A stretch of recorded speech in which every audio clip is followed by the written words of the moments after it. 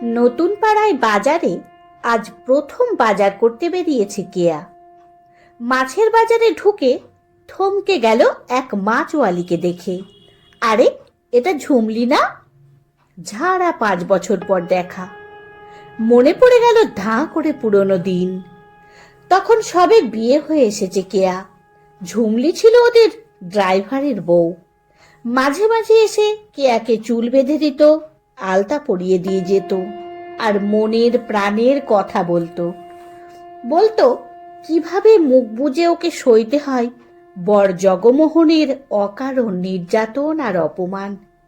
কিন্তু ঝুমলি তো পালিয়ে গিয়েছিল। হঠাৎ করে এতদিন পর তাহলে এখানে এভাবে? ঝুমলি, তুই এখানে? আরে বৌদি, তুমি?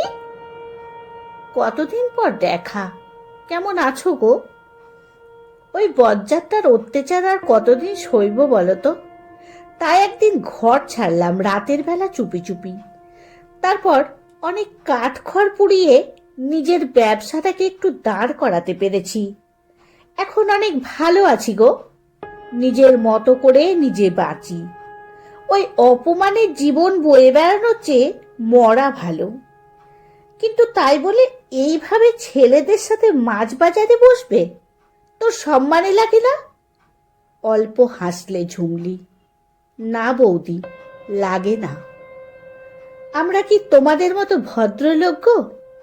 আমরা দুটো খেতে পেয়ে নিজের মতো করে বেঁচেই খুশি। ঝুমলির থেকে কিনে আনা মাছ আজ বেশ রসিয়ে রান্না করেছে কেয়া। কতদিন পর লোটে মাছ রান্না করছে। বিয়ের আগে লোটে মাছ খেতে বড় ভালোবাসত কেয়া। ডিনার টেবিলে একটা জার্নালে মুখ ডুবিয়ে ব্যস্ত ওর বর অরুণ। ওর পাতে লোটে মাছ দিল কেয়া। অন্যমনস্কভাবে মাছ মুখে দিয়েই খেঁচিয়ে উঠল অরুণ। এসব কি মাছ রান্না করেছো? সারাদিন তো বাড়িতেই বসে থাকো, একটু রান্নাটাও ঠিকঠাক করতে পারো না?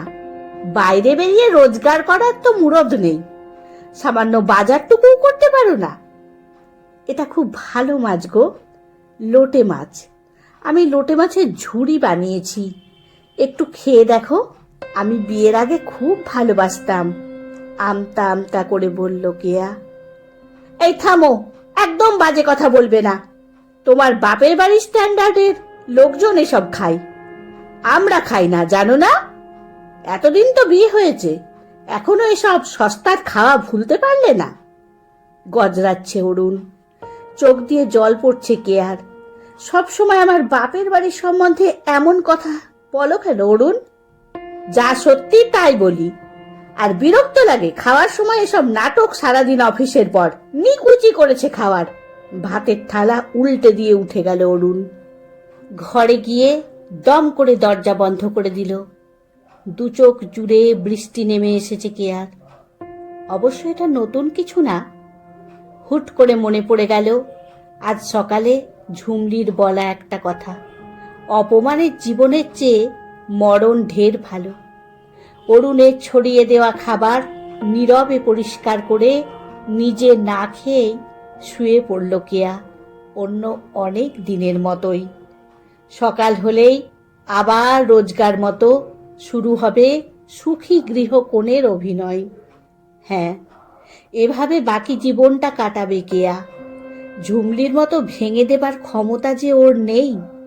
ও যে ভদ্রলোক, মেকি সম্মান বজায় রাখার তাগিদ তাই যে বড্ড বেশি।